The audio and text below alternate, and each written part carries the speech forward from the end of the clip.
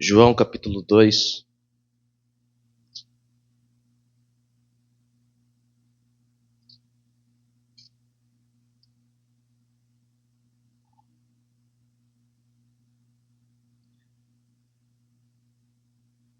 João capítulo 2, versículo 1. Amém? Quantos acharam? Eu ainda estou um pouco rouco da confraternização. João capítulo 1, versículo 2. No terceiro dia houve um casamento em Caná da Galileia. A mãe de Jesus estava ali. Jesus e seus discípulos também haviam sido convidados para o casamento. Tendo acabado o vinho, a mãe de Jesus lhe disse: eles não têm mais vinho. Respondeu Jesus: que temos nós em comum, mulher? A minha hora ainda não chegou. Sua mãe disse aos serviçais: façam tudo o que ele lhes mandar. Ali perto havia 6 potes de pedra, do tipo usado pelos judeus para as purificações cerimoniais. Em cada pote cabiam entre 80 e 120 litros. Disse Jesus aos serviçais: encham os potes com água. E os encheram até a borda. Então Jesus lhe disse: agora levem um pouco ao encarregado da festa. Eles assim fizeram, e o encarregado da festa provou a água que fora transformada em vinho, sem saber de onde esta viera, embora o soubessem os serviçais que haviam tirado a água. Então chamou o noivo, verso 10, e disse: todos servem primeiro o melhor vinho, e depois que os convidados já beberam bastante, o vinho inferior é servido. Mas você guarda o melhor até agora. Este sinal miraculoso em Caná da Galileia foi o primeiro que Jesus realizou. Revelou assim a sua glória e os seus discípulos creram nele. Amém? Ô, irmão, te arruma esse tapetinho para nós, por favor. Vamos orar? Senhor, obrigado pela sua palavra. Fala conosco nessa noite. Ministra aos nossos corações e que nós possamos sair daqui com uma palavra do Senhor. Tudo que a gente quer é uma palavra do Senhor para as nossas vidas. Amém? Essa história, ela é muito comum. A famosa história do famoso primeiro milagre de Jesus.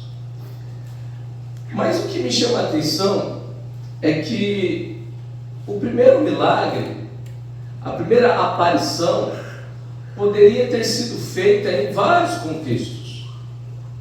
Poderia ter sido feita com a cura de um cego, com a cura de um coxo, com a cura de um surdo. Poderia ter sido feito algo extraordinário, sobrenatural, como Jesus aparecendo e revelando seu poder sobre a natureza, como de fato ele fez isso. Mas quis Deus que esse milagre fosse em um casamento. E eu creio que isso não é por acaso. Nós não estamos em um culto de casais, mas eu quero conversar um pouco sobre isso. Porque a verdade é: se importa para você, importa para Deus. Você pode repetir isso comigo? Se importa para mim, importa para mim, importa para Deus. importa para Deus. Amém? Então não se esqueça disso. Às vezes as pessoas, elas vão tentar te roubar o sonho, te roubar a expectativa, tirar de você aquilo que você almeja ter e ainda não tem. Às vezes as pessoas vão dizer: mas isso é muito grande para você, isso não vai dar certo. Mas a verdade de Deus para mim e para a sua vida é que se importa para nós, importa para Deus. Não importa qual seja o assunto, Não importa o tamanho do sonho, ou do objetivo, ou do alvo, se importa para mim, que importa para Deus. Essa é a primeira coisa que eu quero destacar. E é interessante que esse milagre, ele vem em um contexto de família. Eu gosto muito de dizer que nós somos família IEA Lobato. No próximo ano eu vou trabalhar um pouco mais com você esse tema de família, essa ideia. Mas fato é que o primeiro milagre aconteceu em um contexto de família, porque tudo começa na família. Você pode repetir isso comigo? Tudo começa na família. Essa é a segunda coisa que eu queria que você guardasse. Primeira coisa, se importa para mim, importa para Deus. Segunda coisa, tudo começa na família. Deus começou a mudar a história da humanidade através de uma família. Deus é um Deus de família, é um Deus de genealogias. Quando nós lemos o livro de Mateus, o primeiro capítulo, ali logo os primeiros capítulos, nós vemos a menção da genealogia de Cristo. Ou seja, mostrando que Cristo tinha uma linhagem, tinha uma família, vinha descendendo de alguém, como se Cristo fosse fruto dessa descendência. Na verdade, a proposta do autor ali é deixar claro que Cristo é o Messias, principalmente para os judeus que acreditavam que Cristo viria da tribo de Davi. Então, a proposta do autor é deixar claro que Cristo é esse Messias, o enviado. Então a família foi muito importante para Cristo. Cristo veio de um contexto familiar. Hoje, o grande ataque do diabo para destruir cristãos, para destruir impérios que foram criados, para destruir a sociedade, para destruir a justa política, para destruir as amizades, amados. Eu não sei se você tem percebido, mas tudo começa na família. Hoje se aprende nas escolas que pai e mãe não é mais homem e mulher, e sim que pai e mãe pode ser dois homens, pode ser duas mulheres, e está tudo bem, e ai de quem falar o contrário disso. É uma briga ativa que muitos cristãos estão aderindo, não estão se posicionando. Muitos, até por ignorância, estão votando em líderes políticos que defendem essas causas. Mas fato é que a conta chega. A conta sempre chega. Você pode sair de férias, quando você voltar, a conta estará lá te esperando. A conta sempre chega. Então, a família ela é muito importante dentro do plano de Deus, dentro do plano de expansão de reino. Deus, quando planejou a imersão do reino dos céus na terra, a família é um instrumento muito importante nessa expansão. Tudo começa com a família. Aliás, quando nós dizemos que somos irmãos uns do outro, nós estamos dizendo que esse projeto de família de fato funciona. Quem está entendendo? Então, o primeiro milagre de Jesus Cristo na família não é por acaso.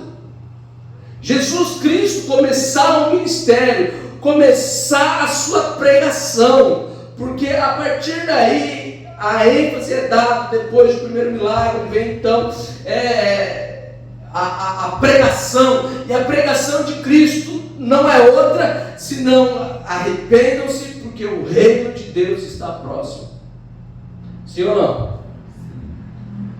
Mas se você for coerente com a cronologia, você vai perceber que o anunciamento do reino, a chegada do reino, está intimamente ligada com um milagre dentro de um contexto familiar.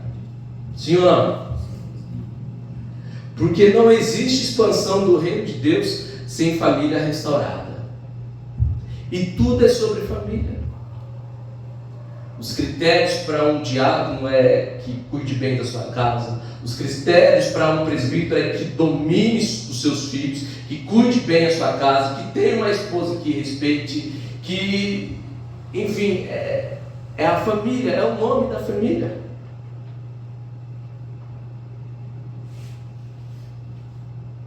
A psicologia, principalmente a psicanálise, principalmente a linha freudiana, vai dizer que você é hoje consequência, resultado da criança que você foi ontem. O contexto familiar, de alguma forma, te moldou para a pessoa que você se torna hoje. Se você hoje é uma pessoa medrosa, é porque dentro do contexto familiar, lá na sua infância, você foi traumatizado, você viveu de alguma forma, vivenciou de uma forma mais ativa, se assim nós podemos dizer, a questão do medo. É um medo que foi colocado e até hoje não foi tirado. Se você é uma pessoa mais ousada, se você é uma pessoa mais introspectiva, ou até mesmo mais uma pessoa que se socializa fácil, a psicanálise vai dizer que tudo isso é fruto da criança que você foi. Então percebe, a ciência vem falar aquilo que a Bíblia já dizia. Tem um texto na Bíblia que nós lemos, mas poucos de nós mudamos a versão. Mas tem uma versão que é muito interessante sobre o texto que diz assim: ensine os seus filhos no caminho que deve andar, e quando ele for grande, ele jamais vai esquecer. Amém? Não tem esse texto? Mas tem um outro texto que me chama mais atenção, uma outra versão, que diz assim, ensine os seus filhos nos propósitos que você tem para ele. Porque o pai, a mãe, tem responsabilidade direta no futuro da criança, naquilo que a pessoa vai se tornar. Amém? Por que eu estou dizendo isso? Porque quando nós entramos no reino, quando nós aceitamos a Jesus, a Bíblia diz que nós somos agora uma nova criatura. A Bíblia diz que nós nascemos se nascemos de novo, então nós temos uma nova filiação. Então até aqui você se tornou o que se tornou por aquilo que você viveu com os seus pais. As experiências que você teve, aquilo que você viu quando infância. Talvez você viu teu pai agredindo a sua mãe, talvez você viu, sei lá, tantas coisas, né? Bebida entrando. Tem uma missionária, a missionária Sandra, não sei se vocês já ouviram, ela tem um testemunho muito forte, e no testemunho ela fala exatamente isso, que ela foi violentada, ela tinha relações sexuais com uma pessoa muito próxima, quando ela ainda era criança, aquilo deixou traumas na vida dela, e ela viu os abusos que era feito na vida da mãe, o pai se embriagando, enfim, e aquilo traumatizou de alguma forma e tornou ela a pessoa que ela era até então, antes de conhecer Cristo.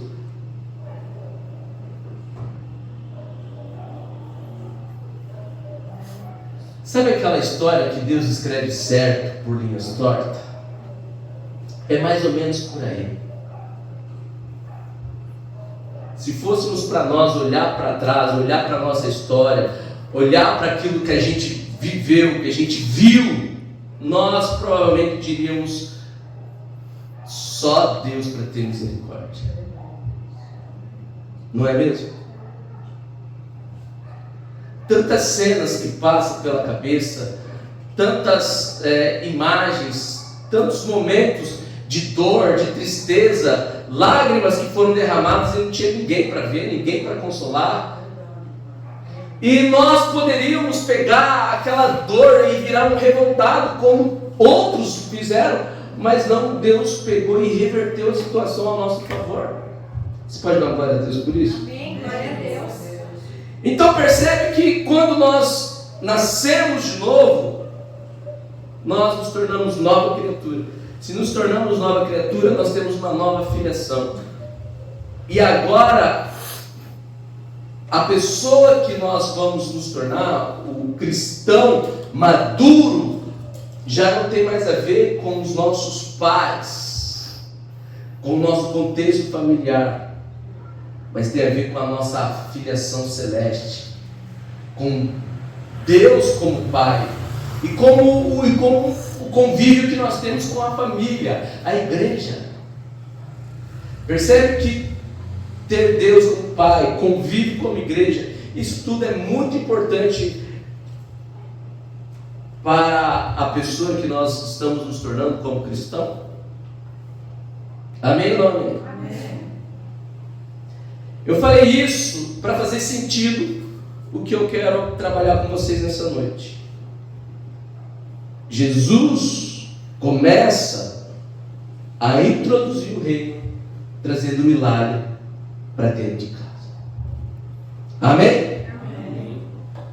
Você pode morar sozinho, você pode morar com um parente, você pode ter a sua família, você pode ter um cachorro de estimação, mas você tem uma casa, você tem uma família.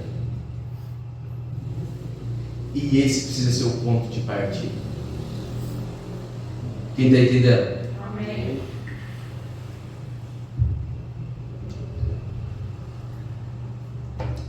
Esse precisa ser o ponto de partida. Como é que está a sua casa? Como é que está os seus? Vocês, nós, estamos, como diz o hino do Silvio Santos, em ritmo de festa? Ou em ritmo talvez mais de luto? Quais são os planos da casa? Quais são os planos? Pastor, mas eu moro sozinho, moro sozinha. Quais são os planos dessa casa? Não é porque estamos sozinhos que não significa que nós temos família.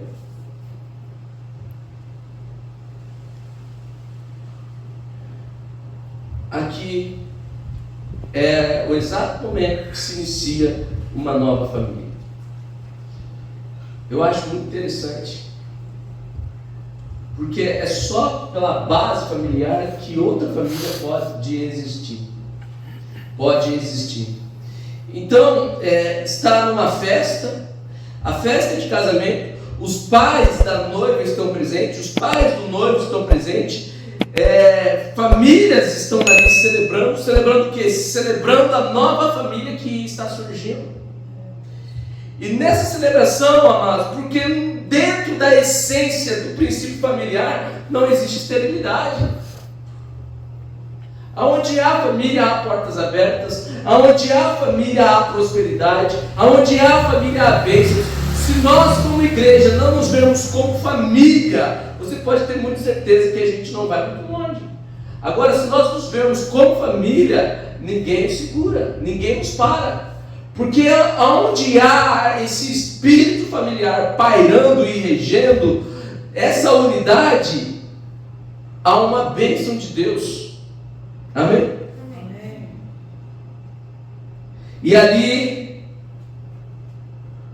E ali nós temos uma nova família surgindo. E como você bem sabe, nós lemos a história, está tudo bem, até que o vinho acaba, né? Sabe, eu fico imaginando, isso não está no texto, mas eu fico imaginando dentro desse contexto, ou com experiências de festas que nós já fizemos e já participamos, eu fico imaginando que os noivos não tinham reparado Cristo até que o vinho acabou. Porque tinha muita gente. Uma festa judaica dura dias, não é um dia, é dias. A tradição judaica é uma tradição que gosta de festa, de celebrar. Tinham convidados que vinham no primeiro dia, os convidados mais chegados vinham no primeiro dia, eu não lembro se é no primeiro, ou no, eu acho que é no primeiro, e ao longo do processo, conforme a festa ia se desenrolando, iam chegando outros convidados. Então eu fico pensando que até que o vinho não tivesse acabado, ninguém suspeitou da presença de Cristo ali naquela festa. E esse é o problema maior que a gente vive. Qual, pastor, que é o problema maior? O problema maior é a gente ser abençoado demais. Quem está entendendo?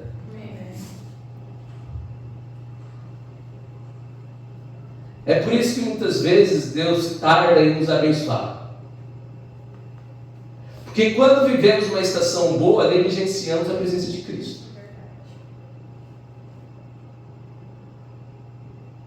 Porque enquanto estamos em uma estação boa, achamos que estamos nessa estação por mérito nosso. Não, esse aqui é o dinheiro da minha família que está nessa festa, então você pode comer, você pode beber, viva aí, gente, olha. E quando está tudo bem, a glória é minha. Olha que linda a minha festa. Olha que lindo, olha a decoração. Por que eu estou falando isso? Porque eu quero te levar para um lugar onde você enxerga a sua vida com uma outra perspectiva, com outro olhar. Eu quero te levar para um lugar onde você enxerga a sua vida como Cristo a enxerga, porque a gente colocou, tatuou na nossa cabeça que está ruim, Deus não está conosco. E está bom, mérito nosso. Quando na verdade a luz da palavra não é bem assim, amados. Esse pensamento é pensamento do mundo.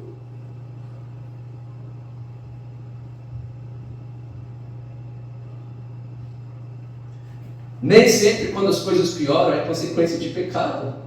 Às vezes as coisas pioram porque não conseguimos perceber a presença de Cristo quando as coisas estavam boas.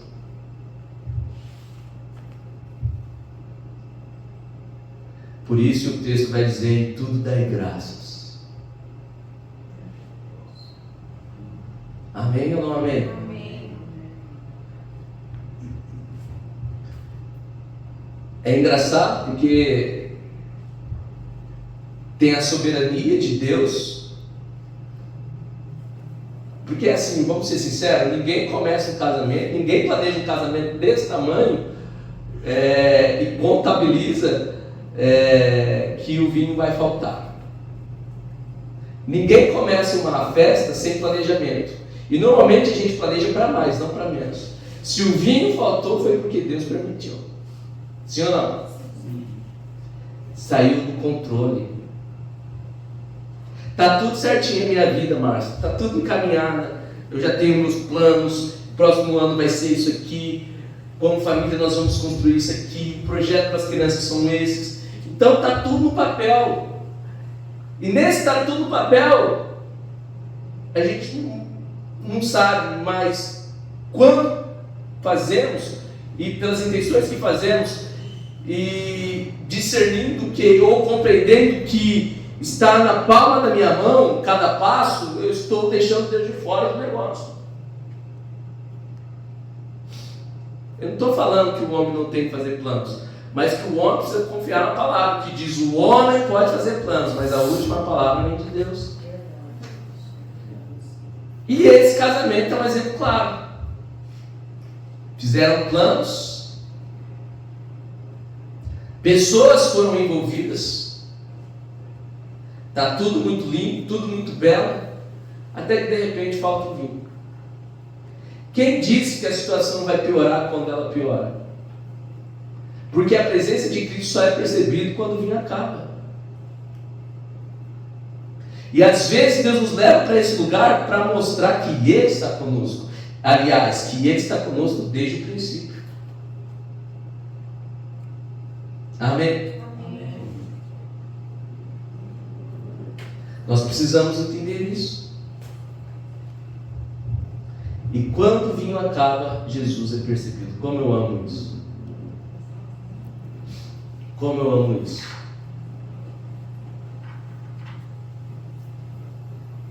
Porque quando dá ruim, a resposta já está ali. Esse é o ensinamento. Porque quando as coisas saem fora do controle, a resposta já está ali. Quando as coisas não saem como eu quero, então eu entrei dentro de um caminho que faz parte do propósito divino. Então a questão não é fazer os meus planos e me dedicar para vivê-los. Presta atenção nisso aqui. A questão é perguntar para Deus quais são os planos dele, porque esses não serão frustrados. É diferente, né? Estamos entrando no próximo ano e a gente vai fazer plano. Qual é o teu plano no próximo ano? Então, a questão não é o meu plano, a questão é qual é o plano dele. Porque no teu plano, o meu plano é viajar, não ser fiel na igreja, não faltar nenhum culto. E às vezes o plano de Deus para a sua vida é totalmente diferente, amados. Porque sucesso não é ter sucesso no plano que você fez. Sucesso é ter sucesso no plano de Deus para a sua vida. E se o plano de Deus para a sua vida for você... Eu vou dar um exemplo assim. Se o plano de Deus para a minha vida for eu ficar pobre e evangelizar uma pessoa, ganhar uma alma, amados, eu seria uma pessoa muito bem sucedida porque eu cumpri o plano. Quem está entendendo? Amém. Porque o que Deus vai fazer a partir dali, e a história que será contada, um dia será lembrado, olha, tudo começou quando um rapazinho muito humilde, pobre, evangelizou essa pessoa aqui. E essa ganhou essas 30, e essas 30 incendiaram o país. Mas se não foi aquele cumprir o plano de Deus para a vida dele, quem está entendendo? Amém. O que eu estou tentando dizer é o seguinte, amados, como que está o seu coração? O teu coração está alinhado com a vontade de Deus, ou o teu coração está mais voltado para os seus prazeres, para a sua vontade?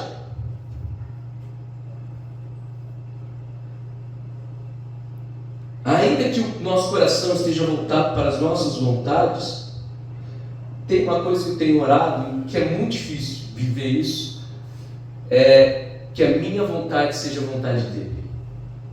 É ter prazer. Porque o que é a vontade? Vontade é aquilo que eu tenho prazer, aquilo que eu gosto. Então o que eu tenho prazer? Eu tenho prazer em comida, tenho prazer em jogar bola, gosto de jogar bola, tenho prazer em assistir um filme, são coisas que eu gosto.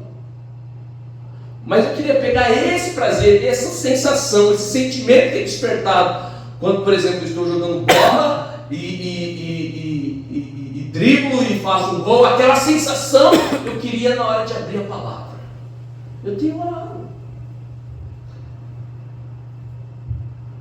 É aquele prazer de deitar com a minha esposa, ter um relacionamento com ela, fazer amor. Eu queria esse mesmo prazer, esse ápice do prazer na hora que eu estivesse com o joelho no chão. Meu Deus, como é bom ouvir a sua voz. Quem está entendendo? Amém. Porque Jesus entra nessa festa de casamento porque ele se importa com aquilo que nos importa, mas ele inverte ao nível de importância. Aquele que até então era despercebido, agora passa a ser notado por todo mundo? Não, só por quem precisa. As pessoas não sabiam que aquele milagre tinha a ver com Jesus. Só os mais íntimos, só os mais próximos. Amém? Amém. Porque é isso que Deus faz com a gente. Quando a gente dá glória para Ele, Ele nos glorifica. A Bíblia diz que Deus nos glorifica, né? O salmista fala sobre isso, né? Preparai uma mesa na presença dos meus inimigos. Sim ou não? Sim. Então existe essa cena. Então aquele hino não está de todo errado. Quem te viu passar na prova e não te ajudou. Está certo que muitas vezes nós cantamos com a motivação de vingança, mas existe essa imagem de Deus nos honrando na presença dos nossos inimigos. E eu creio que Deus vai honrar a sua vida. Amém. Glória a Deus. Amém. Amém. quero compartilhar algumas lições sobre essa história. Pode ser? Então vamos lá. No terceiro dia houve um casamento em Caná da Galileia. A mãe de Jesus estava ali. Jesus e seus discípulos também haviam sido convidados. Primeira lição: não existe milagre, não existe provisão, não existe presença de Deus se não houver convite. Qual projeto você está iniciando? O Gerson vai iniciar um novo projeto agora, nessa empreitada, à procura de um novo emprego. Ele tem o sonho de viver de YouTube. Então cada um de nós tem a nossa expectativa, o nosso sonho, o nosso alvo. Agora a questão é: Cristo foi convidado?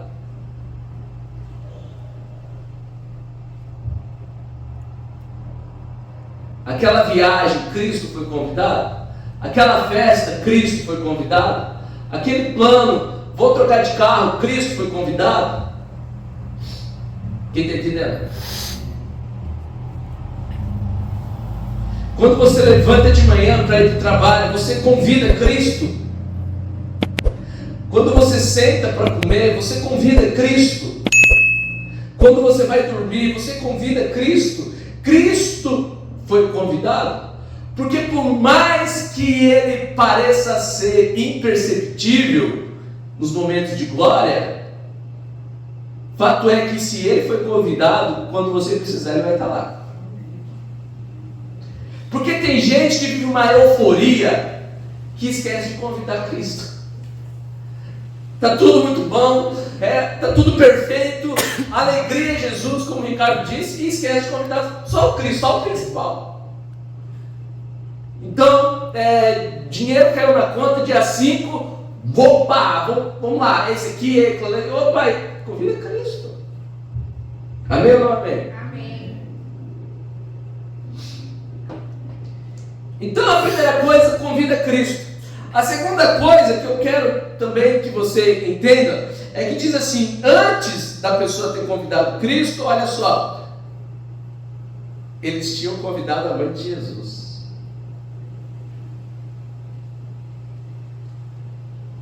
Isso aqui é muito importante, porque isso aqui fala sobre o nível de pessoas com que você se relaciona.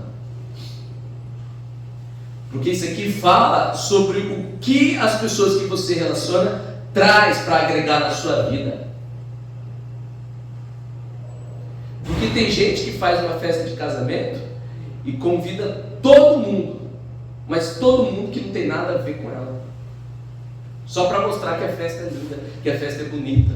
Então, a pessoa conquista algo, conquista um objetivo e escancara, mostra para todo mundo, sendo que nem todo mundo vai celebrar com ela aquela vitória, nem todo mundo vai somar com ela a respeito daquela vitória. Olha o marido que eu consegui, olha a esposa que eu consegui. Outro dia eu vi aquele casal de graça, já viram o casal de graça? Aí aquele pastor lá, ele responde lá as caixinhas, né?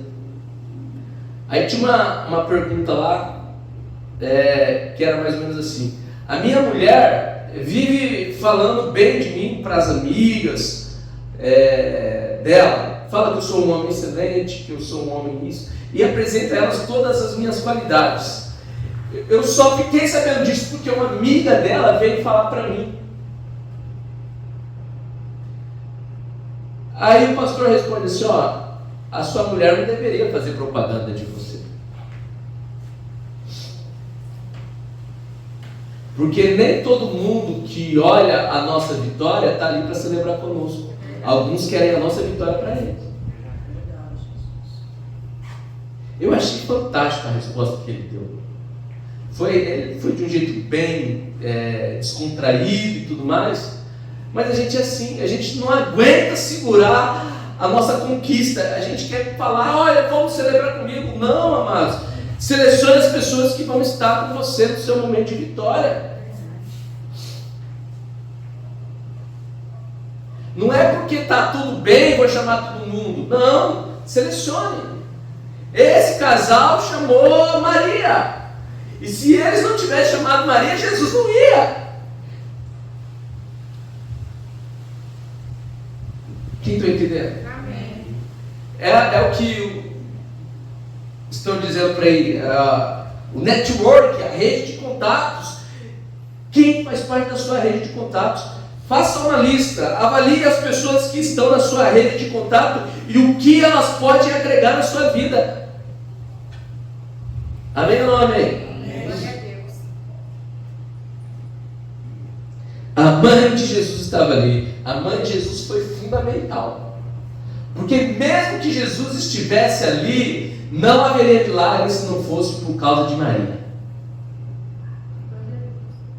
Sim ou não? É isso. É entender a importância de algumas pessoas nas nossas vidas. Às vezes nós valorizamos as pessoas erradas. É entender que Deus usa a vida de cada pessoa para tratar algo em nossas vidas de uma forma específica. É olhar para as pessoas como se elas fossem superior a nós, porque elas têm algo a agregar nas nossas vidas. Essa história é muito linda, porque se não fosse Maria, Jesus não ia fazer milagre. Quando nós lemos a história, você vai perceber que Maria insistiu com Jesus. Ou seja, Jesus foi convidado, sim ou não? Sim. Mas mesmo Jesus sendo convidado, se não houvesse um intermediador ali, nada ia ser feito. Sim ou não?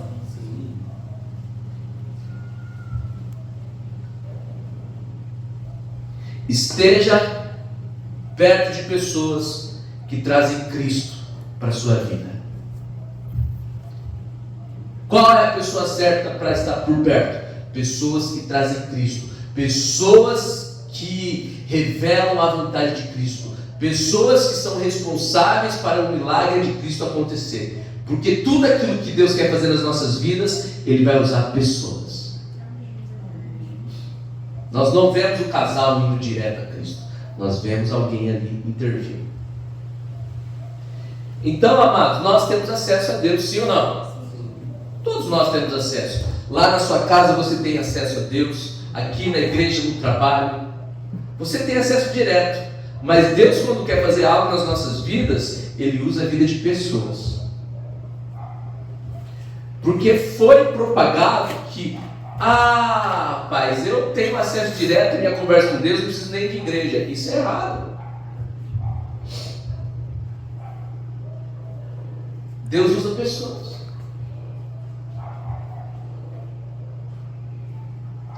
A Bíblia diz assim: confessai os seus pecados uns aos outros, para que vocês sejam curados.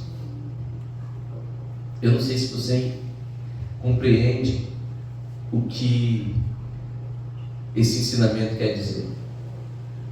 A Bíblia diz assim, se a gente confessar a Deus, Deus nos perdoa, mas é confessando um ao outro que a gente encontra a cura, porque Deus usa pessoas. Amém? Amém. Tendo acabado o vinho, a mãe de Jesus lhe disse: eles não têm mais vinho. Respondeu Jesus: que temos nós em comum? A minha hora ainda não chegou. Essa lição aqui é muito boa, porque não é no nosso tempo, é no tempo dele. Amém? Amém. Em outras versões diz assim: o meu tempo ainda não chegou. A hora de eu entrar em cena. Porque às vezes nós estamos em uma luta e achamos que é o momento propício para Jesus entrar em cena, e na verdade Jesus diz assim: não, espera que eu orar mais um pouquinho. Sim ou não? Foi assim ou não foi com Lázaro? Amados, Jesus esperou Lázaro morrer de propósito. Lázaro estava enfermo, você conhece a história. As irmãs de Lázaro chamaram Jesus, e Jesus não foi, não, ainda não, porque ele está enfermo, mas ele está vivo. Eu preciso dele morto. Às vezes não. Deus só pode ressuscitar quem morre. Isso é muito sério, porque a gente fala tanto de avivamento aqui, avivamento ali, avivamento acolá. Só que avivamento é uma resposta à morte. Ninguém reconhece que está morto, mas todo mundo diz: eu quero um avivamento.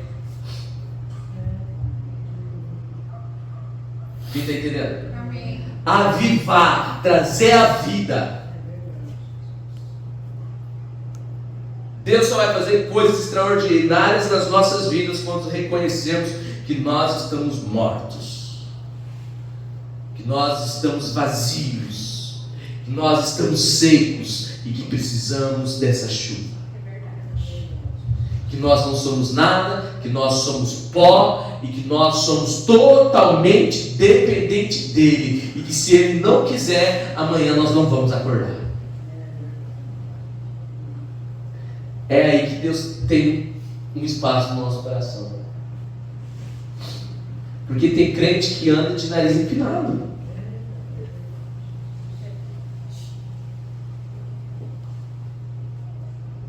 O vinho acabou, mas eu vou dar um jeito. Jesus, agora... Não, eu gosto da resposta de Jesus. Jesus diz assim: meu tempo ainda não é chegado.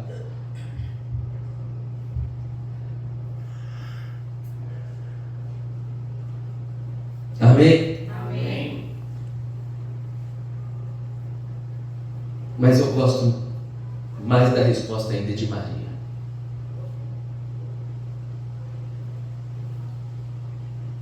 E ela disse assim, Jesus disse: o meu tempo ainda não chegou, a minha hora ainda não chegou. E ela olha para as pessoas que estão ali servindo, os serviçais, e ela diz: façam tudo o que ele lhes mandar.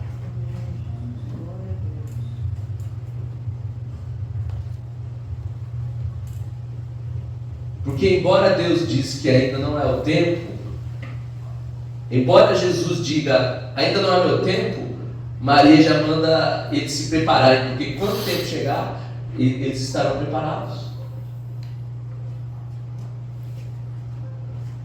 Qual é o nosso problema? Ainda não é o tempo. Quando virar o ano eu vou começar um propósito, meu voto, não sei o quê. Então a gente deixa para se preparar para depois. Se Deus fizer isso, aí eu vou fazer isso. Se Deus me der isso, aí eu dou aquilo. Então nós estamos sempre fazendo promessas condicionadas àquilo que Deus pode fazer para nós, sendo que Deus pede de nós um posicionamento. Jesus disse: ainda não é meu tempo. Beleza, Maria entendeu, opa, então existe um tempo. Então quando chegar esse tempo nós estaremos preparados. Maria olha para os serviçais e diz: façam tudo o que ele pedir. Quando ele estiver de bem humor, quando for da vontade dele, pelo menos a nossa parte está feita. Sabe qual é a parte mais triste? Mais triste não é não ter a promessa. Mais triste é a promessa chegar e você não está preparado para ela. É aquilo que você tanto ora. Mais triste não é Deus não te responder. Mais triste é Deus responder e você não saber o que fazer agora. Não tem condições, não está preparado. Então é aquela porta de emprego, ou vou dar um exemplo muito interessante. Tem o pastor Edilson, ele comprou um carro, vendeu o carro e trocou, né? Só que no dia que ele foi vender o carro, ele descobriu algo novo do carro que ele não sabia, só que já estava desfazendo do carro. É um exemplo simples, é um exemplo bobo, mas às vezes nós somos assim. Nós temos algo precioso nas nossas mãos e não sabemos o que fazer. Maria disse: faça tudo que ele pedir. Quem está entendendo? Façam tudo o que ele lhes mandar.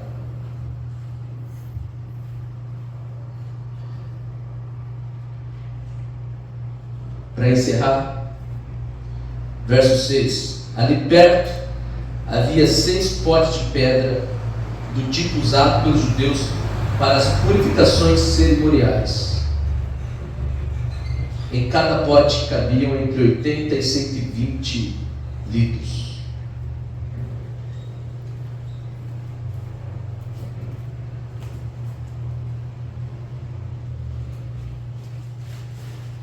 Eu acho muito interessante como que o milagre está atrelado àquilo que é usado nos cerimoniais para a purificação.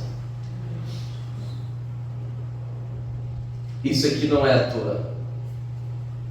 Como que o milagre, como que o sobrenatural está atrelado ao instrumento de purificação? Deixa eu traduzir o que eu estou querendo dizer. Em outras palavras, como que o milagre de Deus nas nossas vidas está atrelado ao nosso jejum, está atrelado à nossa oração, está atrelado ao culto que nós prestamos a Ele. Porque Deus vai fazer? Vai, no tempo dele. Mas quando o tempo dele chegar, o que nós temos para entregar? Aqui eles tinham potes que eram usados na purificação. O que você tem para entregar que é usado na sua purificação?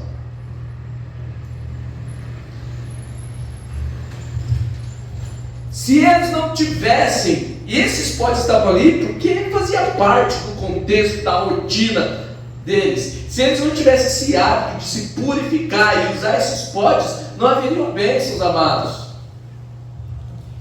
Quem está entendendo isso?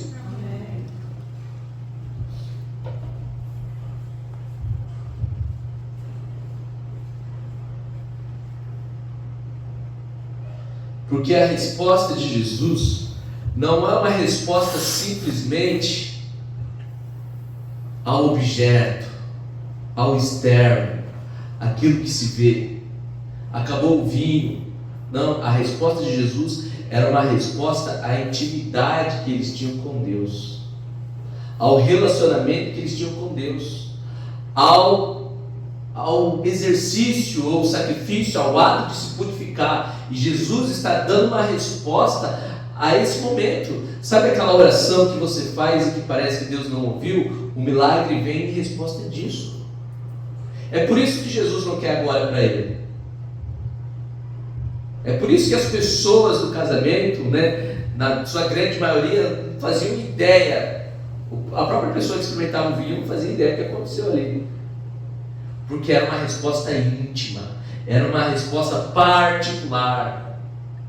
E às vezes Deus nos abençoa e nós não discernimos que resposta Ele está nos dando. Achamos que a prosperidade é apenas financeira. Não, é uma resposta particular. Amém? Amém.